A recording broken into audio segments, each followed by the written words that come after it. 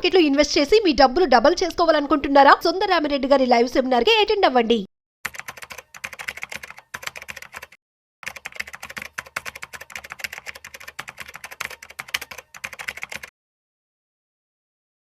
నమస్తే, welcome to Vishnu talks. నేను విష్ణు. ప్రస్తుతంతో పాటు సీనియర్ ఫినాన్స్ ప్రొఫెషనల్ గిరిబాబు గారు ఉన్నారు. గిరిబాబు గారితో మాట్లాడదాం.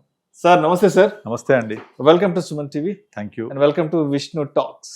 థ్యాంక్ యూ అండి. సో గిరిబాబు గారు, last 2 days back Donald Trump H1B వీసాలకు సంబంధించి తీసుకున్న నిర్ణయం నిజంగా భారతీయులకి పెద్ద షాక్ అని చెప్పుకోవచ్చు. అండ్ అదేవిధంగా అక్కడ ఉన్నటువంటి ఐటీ కంపెనీలు కూడా ఈ నిర్ణయాన్ని ఇంకా డైజెస్ట్ చేసుకోలేకపోతున్నాయి. ఎందుకంటే అక్కడ ఉన్న కంపెనీల్లో ఎంప్లాయీ పనిచేయాలి అంటే ఒక్కొక్క ఎంప్లాయీకి ప్రతి కంపెనీ సంవత్సరానికి దగ్గర 80 నుంచి 90 లక్షల రూపాయలు పే చేస్తేనే ఆ H1B వీసా హోల్డర్ని ఆ కంపెనీ అంటే ఆ ఎంప్లాయీని అక్కడ పెట్టి పని చేయించుకోగలదు, హైర్ చేసుకోగలుగుతారు. సో లాస్ట్ 2 days బ్యాక్ వచ్చిన ఈ డెసిషన్ నిజంగా అంటే ఎస్పెషల్లీ ఇండియన్స్కి అయితే చాలా పెద్ద దెబ్బే అని చెప్పుకోవచ్చు. సో ఎందుకంటారు అసలు ఈ నిర్ణయం వెనుకున్న నేపథ్యం ఏంటి? ఎందుకు డొనాల్డ్ ట్రంప్ ఇంత పెద్ద కఠినమైన నిర్ణయం తీసుకున్నారు? దీన్ని మనము 2 angles లో చూడొచ్చండి. ఒకటి వచ్చేసి ఫస్ట్ డొనాల్డ్ ట్రంప్ అక్కడ రెండోసారి ప్రెసిడెంట్ గా గెలవడం వెనుక major concept MAGA, make America great again. ఈ మాగా అనేది ఒక కాన్సెప్ట్ లాగా తీసుకొచ్చేసి దాన్ని ఒక టీం తయారు చేసేసి దానికి ఒక కాల్ సెంటర్ కూడా ఏర్పాటు చేశారు, మాగా కాల్ సెంటర్. అంటే వాళ్ళ ఉద్దేశం ఏంటి, వాళ్ళ యొక్క పని ఏంటి అంటే అమెరికాని మళ్ళీ గ్రేట్గా ఎలా చేయాలి. అందులో భాగంగా వాళ్ళు తీసుకొచ్చిన కొన్ని స్టెప్స్ ఏది, పౌరసత్వం ఇక్కడ స్వతహాగా పుట్టిన వాళ్ళకి పుడితేనే వస్తుంది, కానీ ఇక్కడ నుంచి వచ్చి ఈ H1B వీసా లేకపోతే గ్రీన్ కార్డ్ తీసుకొని పుట్టిన వాళ్ళకు రాదు అని కొన్ని రకాల నిర్ణయాలు తీసుకోవడము. రాజ్యాంగంలో అది లేదు యాక్చువల్గా, అలాంటి వాటిని కూడా తీసుకురావడము. దాంట్లో భాగంగా మనం లాస్ట్ నవంబర్లో గెలిచినప్పటి నుంచి ప్రతి నెల ఏదో ఒక కొత్త రూల్స్ పెడుతున్నాడు. అందులో టారిఫ్స్ ఒకటి చాలా ఇబ్బంది పెట్టేలాగా, ప్రపంచంలో ఉన్న అన్ని దేశాలని వదిలిపెట్టకుండా ఇంక్లూడింగ్ ఇండియా, మాకు చాలా క్లోజ్ ఫ్రెండ్ ఇండియా అని అంటూనే మన మీద 25% వేసి మళ్ళీ ఇమీడియట్లీ మీరు క్రూడ్ ఆయిల్ రష్యా దగ్గర కొనబట్టి వాళ్ళకి డబ్బులు రాబట్టి ఉక్రెయిన్ మీద మీరు మన వార్ జరుగుతోంది. సో ఇండైరెక్ట్ గా ఉక్రెయిన్ వారికి ఇండియానే కారణం అని చెప్పేసి మన మీద ఇంకొక 25% అదనంగా వేశాడు. ఇవన్నీ ఏంటంటే ఒక సాధింపు చర్యలు ఇవన్నీ లాంటివే సాకులు. ఇవన్నీ కూడా ఇవన్నీ ఒక ఎత్తు అయితే, ఇప్పుడు డైరెక్ట్ ఇంపాక్ట్, ఇప్పుడు ఈ టారిఫ్స్ వేయడం అనేది దేశం మీద ఇంపాక్ట్ అవుతుంది. తర్వాత ఇంకా అంతకుముందు తీసుకున్న చర్యలు అన్నీ కూడా దేశం మీద మ్యాక్రో లెవెల్ ఇంపాక్ట్ అవుతాయి. కానీ ఇప్పుడు తీసుకున్న చర్య డైరెక్ట్ మైక్రో లెవెల్లో ఇంపాక్ట్ అవుతుంది. ఎట్లా అంటే ఇప్పుడు వాళ్ళు ఎవ్రీ ఇయర్ లాటరీ పద్ధతి ద్వారా H1B వీసాస్ రిలీజ్ చేస్తుంది అమెరికన్ గవర్నమెంట్.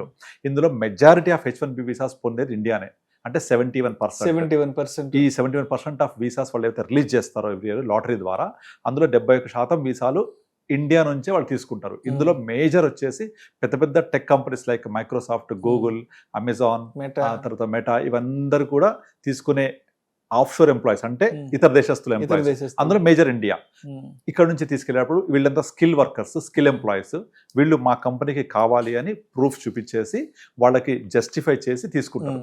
అలా తీసుకున్నప్పుడు ఒక్కొక్క ఎంప్లాయీకి ఇదివరకు $1,000 ఉండేది, దాన్ని ఒకేసారి తీసుకెళ్లిపోయి 1 crore చేసేసాడు. అంటే మన కరెన్సీ చెప్పాలంటే ఒక 90 లక్షల నుంచి 1 crore రఫ్లీ రౌండ్ ఆఫ్, అతను 85 లక్షలు 90 లక్షలు అవుతుంది. అంటే $1 million అర్థం nothing but $10 lakh, nothing but or $1 million. $1 million కడితే ఒక H1B వీసా యాక్సెప్ట్ అవుతుంది. అంటే H1B వీసాకి అప్లై చేయాలి, తో పాటుగా ఒక ఫీజు కట్టాలన్నమాట. ఆ ఫీజు కడితే ఎన్నైతే లాటరీలో అలాట్ అవుతాయో అలాట్ అన్న పెద్దని కట్టాలి. ఇది డైరెక్ట్గా కంపెనీ మీద మన ఫైనాన్షియల్ బర్డన్ పెరిగిపోతుంది. అది ఎంత బర్డన్ అవుతుందంటే, ఒక ఎంప్లాయీకి శాలరీ ఇవ్వాలి, అమెరికాలో జాబ్ చేయాలంటే ప్యాకేజెస్ ఎక్కువ ఉంటాయి, ఇండియాలా కాదు. దాంతోపాటుగా ఒక $1 million ఎక్స్ట్రా పే చేసి ఆ ఎంప్లాయీని తెచ్చుకోవాలి. తెచ్చుకుంటే కంపెనీకి ఎంత ఫీజిబిలిటీ ఉంటుంది. అండ్ ఇంకొకటి, ఈ న్యూస్ రాగానే మొన్న ఫ్రైడే నైట్ వచ్చేసి implementation from the early వర్సల్ Monday అని చెప్పగానే ఇమీడియట్లీ మైక్రోసాఫ్ట్ అయితే అందరికి మెయిల్స్ పెట్టేసి ఎక్కడ అందరూ కూడా పరిగెత్తుకుంటూ వచ్చేయండి, లేకపోతే మీరు రాకపోతే అక్కడే ఉండిపోతారు, మళ్ళీ మీకు మేము $1 million కట్టాల్సి వస్తుందని చెప్పారు. కానీ అవన్నీ క్లారిటీ ఇచ్చేసారు. అది కాదు, ఎగ్జిస్టింగ్ ఎవరికైతే H1B వీసా ఉందో వాళ్లకు కట్టక్కర్లేదు, ఎగ్జిస్టింగ్ ఉన్న వాళ్ళు రెన్యువల్స్కి వస్తే కట్టక్కర్లేదు. ఇప్పుడు ఎవరైతే కొత్తగా H1B వీసా కావాలని అప్లై చేసి అలాట్ అవుతారో వాళ్లకు మాత్రమే. ఇది కూడా 1 time మాత్రమే తప్ప Yearly కాదు. ఇయర్లీ కాదు, ఇది ఎవ్రీ ఇయర్ రికరింగ్ కూడా కాదు, ఎగ్జిస్టింగ్ ఉన్న వాళ్ళకు రెన్యువల్స్ కూడా కాదు. వైట్ హౌస్ వర్గాలు కూడా దీనికి సంబంధించిన ఇచ్చేసాయి. వాళ్ళ secretary ఇచ్చేసారు, clear గా. కట్టేది కాదు, రెన్యువల్ కూడా కట్టేది కాదు, ఓన్లీ వన్ టైం. అది కూడా ఫ్రమ్ దిస్ నవ్ ఆన్వర్డ్స్, ఇప్పటి నుంచి అప్లై చేసి H1B వీసాలు మాత్రం వర్తిస్తుందని కొంచెం ఊరట కలిగించారు. లేకపోతే మన వాళ్ళందరూ ఇక్కడ నుంచి వెళ్ళిపోవడానికి విమానాలు వెళ్ళిపోవాలని చెప్పేసి టికెట్లు ఆగమే బుక్ చేయడము, టికెట్ రేట్స్ ఇమీడియట్లీ పెరిగిపోవడం, ఆ టికెట్ రేట్స్ మ్యానిపులేట్ చేయడము. వాళ్ళ మాగా టీం ఏం చేసిందంటే దాదాపు ఇండియన్స్ ఎవరైతే టికెట్స్ బుక్ చేయడానికి ట్రై చేస్తున్నారో ఆ టికెట్స్ బ్లాక్ చేసింది కూడా చాలా వరకు. విమానాల్లో బ్లాక్ చేసి రేట్ పెంచేశారు. ఆ బ్లాక్ ఎలా చేయాలో ఒక వీడియో కూడా రిలీజ్ చేశారు వాళ్ళు. ఒక టికెట్ ని మీరు బుక్ చేసేసి ఇంతసేపు హోల్డ్ లో పెడితే టికెట్ బ్లాక్ అయితే రేట్స్ షూటప్ అయిపోతూ ఉంటాయి. ఇలా చేసి న్యూస్ వచ్చింది, చూసుకోండి కావాలంటే మీరు. ఇలా చేసి దాన్ని ఆ టికెట్ ప్రైస్ పెంచేలా చేశారు. అంటే ఇండైరెక్ట్ గా మనల్ని చాలా ఇబ్బంది పెట్టేలాగా. అంటే ఎక్కడ అక్కడ బ్లాక్ చేసి అక్కడ ఉన్న వాళ్ళు తెరవేయాలి, ఇక్కడ ఉన్న అక్కడ రాకుండా చేయాలి. ఎందుకంటే దీని వెనక మొత్తం అంతా కూడా వాళ్ళు చెప్పేది ఏంటంటే మన తెలంగాణ ఉద్యమం వెనక ఊపిరి ఏంటి, నీళ్లు నిధులు నియామకాలు. ఎగ్జాక్ట్లీ వీళ్ళు కూడా అంతే. డొనాల్డ్ ట్రంప్ గెలవడానికి ముఖ్య కారణం ఇక్కడ మన ఉద్యోగాలు మనకే, మన స్థానిక ఉద్యోగాలు స్థానికులకే ఉండాలి, ఇక్కడ ఉత్పత్తి జరగాలి, ఈ ఉత్పత్తి ఇక్కడే సేల్ అవ్వాలి. సో అమెరికా అనేది పెత్తనం కాదు, మన ప్రపంచం మీద మన పెత్తనం కాదు, మనము ఫస్ట్ మనతో మమేకం అయ్యి మన దేశం ముందుకెళ్ళాలి. Make America great again. ఈ కాన్సెప్ట్కి అనుకూలంగా ఉండేలాగే స్టెప్స్ తీసుకుంటూ వస్తున్నాడు.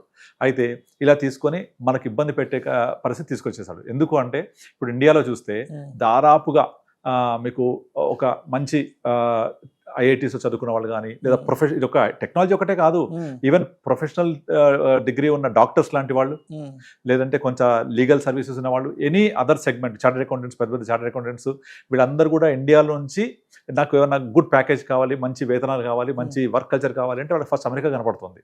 ఇలాంటి అమెరికా నుంచి వెళ్ళిన వాళ్ళందరికీ అక్కడ మంచి వర్క్ కల్చర్ వచ్చి అక్కడ ఉన్న ఉద్యోగాన్ని దెబ్బ కొట్టేలాగా చేస్తున్నారు. అంటే ఇక్కడ బీటెక్ అయిపోగానే వెంటనే MS కి అమెరికాకి వెళ్ళిపోవాలి, అక్కడ జాబ్ చేయాలి. లేదంటే ఇక్కడ సాఫ్ట్వేర్ లో ఒక 2-3 ఏళ్ళు ఎక్స్పీరియన్స్ వచ్చిందంటే నెక్స్ట్ అమెరికాకి వెళ్ళిపోవాలి, అక్కడికి వెళ్ళి పెళ్లి చేసుకోవాలి, అక్కడ డబ్బు సంపాదించాలి. ఇదంతా మన వాళ్ళ ఉద్దేశం, తప్పేం లేదు ఇందులో. అది డబ్బు సంపాదించడానికి మార్గం ఉంది, వెళ్తున్నారు. కానీ ఇలా మనం వెళ్ళినప్పుడు అక్కడున్న లోకల్ ఆపర్చునిటీస్ ని వాళ్ళు కాంపిటేట్ అవుతున్నారు కాబట్టి అవి మన వాళ్ళు అన్ని విధాలుగా తీసుకుంటే ప్రైస్ పరంగా తక్కువనే ఉంటుంది, స్కిల్ పరంగా చాలా హైలీ స్కిల్డ్ ఉంటారు. సో కంపెనీస్ కి బెనిఫిట్ అది కనుక ఇక్కడ నుంచి వెళ్ళడానికి ఎంకరేజ్ చేసేవాళ్ళు ఆ కంపెనీస్. బట్ ఈ వీసా ఫీ ఇంత భారీగా పెంచడం $1,000 నుంచి $1 million. అంటే అంతకు ముందు ఒక 80-85 వేలు ఉండేది, ఇవాళ 85 నుంచి 90 లక్షలు. ఎక్కడ చూడండి, 85 వేలు ఎక్కడ, 85 లక్షలు, 100 రెట్లు పెంచేశాడు. 100 రెట్లు పెంచితే మళ్ళీ నెంబర్ ఆఫ్ వీసాస్ ఇంటూ ఈ ప్రైస్ తీసుకుంటే ఎక్కడికో వెళ్ళిపోద్ది. ఇప్పుడు మన గోల్డెన్ వీసా కూడా ఇంట్రొడ్యూస్ చేశారు కదా, 8 కోట్లు కట్టాలి మన కరెన్సీలో, కడితే గోల్డెన్ వీసా వస్తుంది. అందులో 1/10 H1B వీసా. అంటే ఒక విధంగా ఇది డబ్బు రావడమే కాకుండా ఇతర దేశస్తులు రావాలంటే కూడా కొంత అడ్డంకులు సృష్టించడం జరుగుతుంది. సో దీనివల్ల ఏమవుతుందంటే మన అక్కడున్న టెక్ కంపెనీస్ కి ఇది కొంచెం ఆర్థికంగా భారమే, ఆర్థికం చాలా భారం. ఎందుకంటే అంత ముందు 80-85 వేలు కట్టే వాళ్ళు ఒక మనిషి మీద, ఈ రోజు 85 నుంచి 90 లక్షలు కట్టాలంటే ఆ కంపెనీస్ కి ఫైనాన్షియల్ గా ఎంత పెద్ద బ్యారియర్ అవుతుంది. కరెక్టే.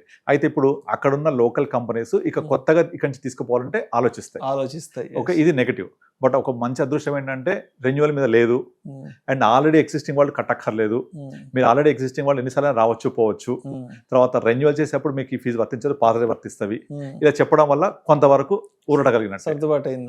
కానీ ఇది ఫ్యూచర్ ఆలోచిద్దాం మనం ఏం జరుగుద్ది అనేది. ఇప్పుడు నార్మల్గా ఇలా వాళ్ళు ఇండియా నుంచి తీసుకెళ్లాలంటే చాలా భారం అవుతారు కదా మన ఎంప్లాయీస్ అందరూ కూడా. అప్పుడు ఏమవుతుంది, ఆ కంపెనీస్ ఇండియాకి వచ్చి ఇక్కడ ఒక ఆఫీస్ ఎస్టాబ్లిష్ చేస్తే అది మనకి ఎంతవరకు వర్కౌట్ అవుతుంది, ఏది ఫీజిబుల్ గా ఉంటుంది. ఆ కంపెనీ ఇండియా తీసుకొచ్చి ఇక్కడ మన స్టేట్ గవర్నమెంట్స్ కానీ సెంట్రల్ గవర్నమెంట్స్ కానీ వెల్కమ్ చెప్తే వాళ్ళు వస్తామంటే వాళ్ళకి కావాల్సిన ఇన్ఫ్రాస్ట్రక్చర్ ప్రొవైడ్ చేస్తాం మనం. ప్రొవైడ్ చేసి ఒక కంపెనీ ఎస్టాబ్లిష్ చేస్తే ఒక బిల్డింగ్ కదా, అక్కడ ఎంప్లాయీస్ హైర్ చేసుకొని తీసుకుంటే అయిపోతుంది.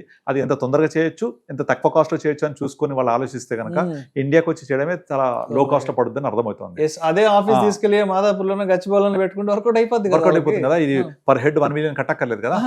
తర్వాత ఇక్కడ మన గవర్నమెంట్స్ అని కూడా ఇన్ఫ్రాస్ట్రక్చర్, తర్వాత ఈ ఎంప్లాయ్మెంట్ జనరేట్ చేస్తాము అంటే ల్యాండ్ తక్కువ రేట్కి ఇచ్చేస్తారు, ఫ్రీగా ఇస్తారు, ఎలక్ట్రిసిటీ సబ్సిడీస్ లో ఇస్తారు, అన్ని రకాల ఫెసిలిటీస్ ప్రొవైడ్ చేస్తారు. ఎందుకంటే మేము ఇంత ఎంప్లాయ్మెంట్ జనరేట్ చేస్తాము అని కనుక చూపించగలిగితే కనబడుతుంది కూడా. 5-10 లక్షలు రెంట్ కట్టుకున్న చాలు, కమర్షియల్ స్పేస్ కి వచ్చేస్తుంది. దీనివల్ల ఇండియాకి ఇది చాలా చాలా చాలా మంచి పరిణామం. సో మన ఇండియన్ ఎకానమీ బూస్ట్ అవ్వడానికి, తర్వాత ఇన్ఫ్రాస్ట్రక్చర్ ఇక్కడ లోకల్లో బిల్డ్ అవ్వడానికి, మన ఇక్కడ చదువుకున్న వాళ్ళకి ఇక్కడ ఉద్యోగాలు దొరకడానికి అన్ని విధాలుగా ఇది సపోర్ట్ అవుతుంది. ఇప్పుడు ఒక టెక్ కంపెనీ కనుక ఎస్టాబ్లిష్ చేస్తే ఫర్ ఎగ్జాంపుల్ ఒక 20,000 మంది హెడ్ కౌంట్ ఉన్నారు అనుకోండి, అంటే చదువుకున్న వాళ్ళకి జాబ్లు వచ్చినట్టే లోపల. ఆ 20,000 మంది ఎంప్లాయీస్ ఉన్నారంటే వాళ్ళకు సపోర్ట్ స్టాఫ్ ఎంతమంది కావాలి, సర్వీస్ స్టాఫ్ ఎంతమంది కావాలి, క్యాబ్స్ ఎంతమంది కావాలి, హాస్పిటాలిటీ ఇవన్నీ అవసరం అయితే. అంటే చదువుకున్న వాళ్ళకి లోపల ఉద్యోగాలు దొరుకుతాయి, చదువు లేని వాళ్ళకు సర్వీస్ స్టాఫ్ గా, సపోర్ట్ స్టాఫ్ గా, సర్వెంట్ లాగా సపోర్ట్ అవుతుంది. వాళ్ళందరికీ మన ఉద్యోగాలు వస్తాయి, జీతాలు వస్తాయి, సర్వీస్ వస్తాయి, తర్వాత మన హోమ్ మేడ్ సర్వీస్ వస్తాయి. వీళ్ళందరూ ఉండడానికి కొంచెం ఇల్లు కొనుక్కుంటారు, అట్లా రియల్ ఎస్టేట్ డెవలప్ అవుతుంది, అండ్ వాళ్ళకు ఇన్ఫ్రాస్ట్రక్చర్ బిల్డ్ అవుతుంది, వాళ్ళకు మాల్స్ అవసరం అయితే, హాస్పిటల్స్, స్కూల్స్, ఇవన్నీ మనకు తెలియకుండా ఇన్ఫ్రాస్ట్రక్చర్ బిల్డ్ అవుతూనే ఉంటుంది. ఇప్పుడు ఒక హైటెక్ సిటీ దగ్గర ఐటీ హబ్ ఇలా డెవలప్ అవడం వల్ల ఇన్ని లక్షల మందికి ఉపాధి దొరకడం వల్ల ఇన్ని లక్షల మంది ఇండైరెక్ట్ గా డిపెండ్ అయ్యారు దాని మీద, వాళ్ళ మీద. అంతమందికి ఇండైరెక్ట్ గా హెల్ప్ అవుతుంది కదా. కుకట్పల్లి, మాదాపూర్, గచ్చిబౌలి, కొండాపూర్ ఇవన్నీ ఏరియాస్ అలా ప్రాస్పరస్ అయినాయి కదా. ఇవాళ మన లాంటి వాళ్ళందరం ఇవాళ పక్క డిస్ట్రిక్ట్స్ నుంచి ఇవాళ హైదరాబాద్ కు వచ్చి ఎట్లా అయ్యామంటే all because of one of the reason IT. So అలాంటి మళ్ళీ ఒక మంచి రెవల్యూషనరీ చేంజ్ రావడానికి ఒక పునాది అనుకోవచ్చు ఇది, ఇన్ పాజిటివ్ యాంగిల్. సో అసలు ఇంత పాజిటివ్ యాంగిల్ పెట్టుకొని దీన్ని మనం బాధపడాల్సిన అవసరమే లేదు. ఇండియన్ ఎకానమీ బూస్ట్ అవుతుంది, మార్కెట్స్ పెరుగుతాయి, టెక్నాలజీస్ లో కాస్ట్ అందించగలుగుతారు, అన్ని విధాలుగా బెనిఫిట్ యాక్చువల్లీ ఇండియాకి ఇన్ లాంగ్ రన్. అందుకనే డొనాల్డ్ ట్రంప్ ఆస్పెక్ట్, ఆయన పర్సెప్షన్ ప్రకారం అంటే ఆయన మనల్ని ఏదో చేద్దాము, మనల్ని ఏదో ఆపేద్దాం అనుకుంటున్నాడు కానీ, బట్ ఆయన తీసుకున్న ఈ నిర్ణయం వల్ల ఇది ఫర్దర్ గా నెక్స్ట్ ఒక 2-3 ఏళ్ళు, ఒక 4-5 ఏళ్ళ తర్వాత ఎగ్జాక్ట్లీ ఇండస్ట్రియల్ రెవల్యూషన్ ఇక్కడ మనకి బాగా వస్తుంది. ఎగ్జాక్ట్లీ ఇదే పాయింట్ నిన్న ప్రైమ్ మినిస్టర్ జాతి ఉద్దేశించి ప్రసంగిస్తూ మనం ఏదైతే ఇప్పుడు వార్ కైండ్ ఆఫ్ సిచ్యువేషన్ చూస్తున్నామో దీనికి ఒకటే ఒక సొల్యూషన్, ఆత్మనిర్భర్ భారత్ అంటే సెల్ఫ్ సస్టైనబిలిటీ. ఇక్కడ నుంచి స్వయంగా మనం సమృద్ధి చేసుకోవాలి, ప్రతిదీ మనమే చేసుకోవాలి, ఆధారపడవద్దు, మనం ఎక్స్పోర్ట్ ఓరియంటెడ్ ఉండాలి, ఇంపోర్ట్ చేసుకోవద్దు. ఇలాంటి ఉద్దేశంలోనే తను నిన్న ప్రైమ్ మినిస్టర్ గారు మాట్లాడుతూ చెప్పారు. అదంతా కూడా క్లియర్ గా సాకారం అవ్వడానికి చాలా స్కోప్ ఉంటుంది ఇలాంటి పిచ్చి పిచ్చి నిర్ణయాలు తీసుకోవడం వల్ల. ఎందుకంటే కంపెనీస్ అన్ని డిఫరెంట్ ఆలోచిస్తాయి, ఆలోచించి వాళ్ళు మాకు ఎంతమంది ఎంప్లాయీస్ తీసుకురావాలి, ఇక్కడికి ఎంత ఎక్స్పెండిచర్ అవుతుంది, ఇదే మేము కనుక ఇండియాలో పెడితే ఎంత వర్కౌట్ అవుతుంది, అది ఆలోచిస్తే డెఫినెట్లీ ఇండియాలో ఎస్టాబ్లిష్ చేయడం చాలా తక్కువ రేట్ పడుతుంది, ఇండియాకే బెనిఫిట్ అవుతుంది లాంగ్ రన్ లో. సో మొత్తానికి మనల్ని దెబ్బ కొడదాం అనుకున్న నిర్ణయం ఇది భవిష్యత్తులో ఇది మనకే ఒక మంచి వరంగా పరిణమిస్తారు. అంటే ఇండస్ట్రియల్ గా మనం ఇంకా గ్రో అవ్వడానికి, ఇండియాలోనే ఇంకా ఉపాధి ఉద్యోగ అవకాశాలు దొరకడానికి ఇది ఇంకా అంటే ప్రత్యక్షంగా పరోక్షంగా ఏ విధంగా చూసినా ఇది మనకే బెనిఫిట్ అవుతుంది. ఎగ్జాక్ట్లీ. అయితే ఇక్కడ ఇంకొక పాయింట్, అసలు వాళ్ళు ఇలాంటి ఒక డెసిషన్ తీసుకోవడానికి ఉన్న నేపథ్యం ఏంటి, కారణం ఏంటి అని చూస్తే ఒక్కసారి చూద్దాం. ఏంటి యాక్చువల్ గా ఒక ఇండియా నుంచి యుఎస్కే వెళ్ళిన మన ఉద్యోగులు అయితే వలస వెళ్దామని చెప్పొచ్చు. వీళ్ళందరినీ 2 phases గా డివైడ్ చేయొచ్చు. ఒకళ్ళు బిఫోర్ 2000 ఒక వర్గం, ఆఫ్టర్ 2000 ఒక వర్గం.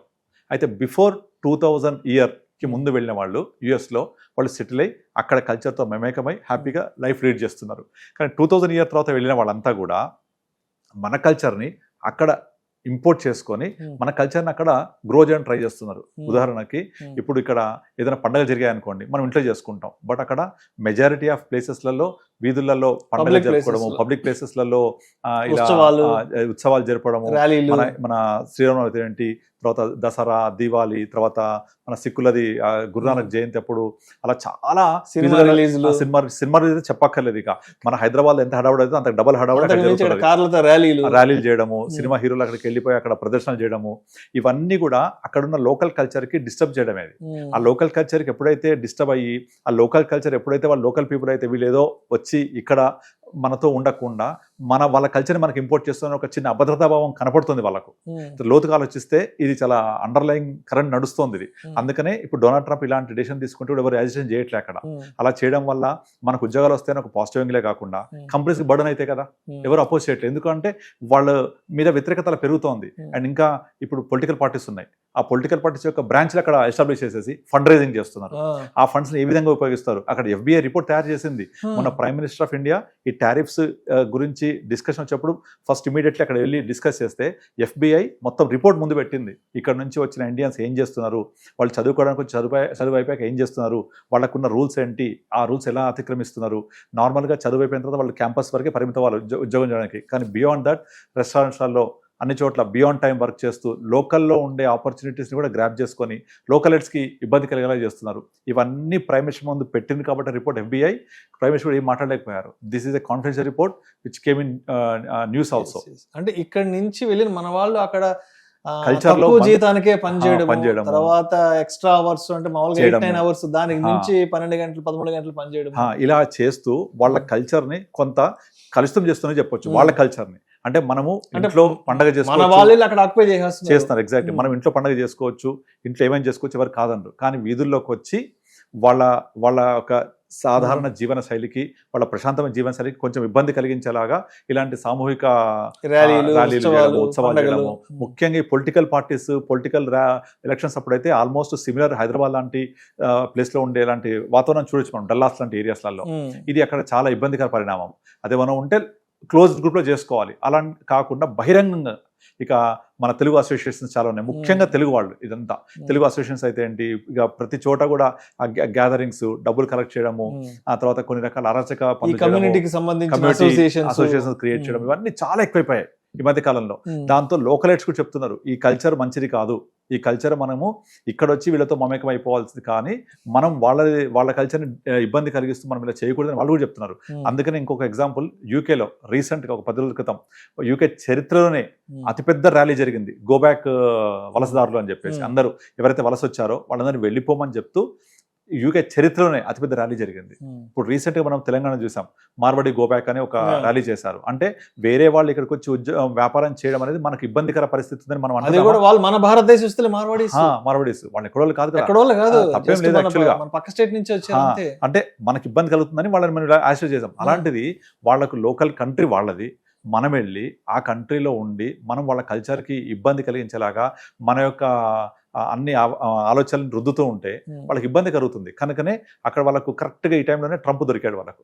ఏది వాళ్ళ యొక్క నెగిటివిటీ, మా లోకల్లో మా ఉద్యోగాలు, మా అన్ని ఆపర్చునిటీస్ పోతున్నాయి అసహనానికి ఎగ్జాక్ట్లీ ట్రంప్ దొరికాడు. అందుకనే వాళ్ళు అక్కడ ఎటువంటి ఇబ్బంది లేకుండా అతను చేసే పనులన్నిటికీ సపోర్ట్ చేస్తున్నారు. అక్కడ కొన్ని విషయాల్లో అపోజ్ చేస్తున్నారు, బట్ ఓవరాల్గా ఏంటంటే ఇలాంటి పనులు చేయడం వల్ల, ఇలాంటి వాతావరణం ఉండడం వల్ల ట్రంప్ కూడా ఆలోచన వచ్చి వాళ్ళ మాగా టీం మనం ఏ విధంగా అమెరికన్ కల్చర్ని, అమెరికన్ ఎంప్లాయీస్ని, అమెరికా జాబ్ ఆపర్చునిటీస్ని, అమెరికా గ్రోత్ స్టోరీని ఎలా రిటైన్ చేసుకోవాలి అని ఆలోచిస్తున్నారు. సో మనం వెళ్ళే వాళ్ళతో ఉద్యోగం చేసి అక్కడ ఉంటే సరిపోయేది, కానీ వాళ్ళని ఎప్పుడైతే మనము డామినేట్ చేయడం ట్రై చేస్తున్నామో, డిస్టర్బ్ చేయడం చేస్తున్నామో, అన్ని ఇబ్బందికర పరిణామాలు ఉంటుంటాయి. దాని పర్యవసానమే ఇప్పుడు చూస్తున్నాయి ఇవన్నీ కూడా. సో దీని వెనక చాలా ఇట్లాంటి బ్యాక్గ్రౌండ్ ఉంది. కనుకనే మనము ఒక విధంగా పాజిటివ్ యాంగిల్ ఏంటంటే ఇండియా గ్రో అవుతుంది, మంచి పరిణామం.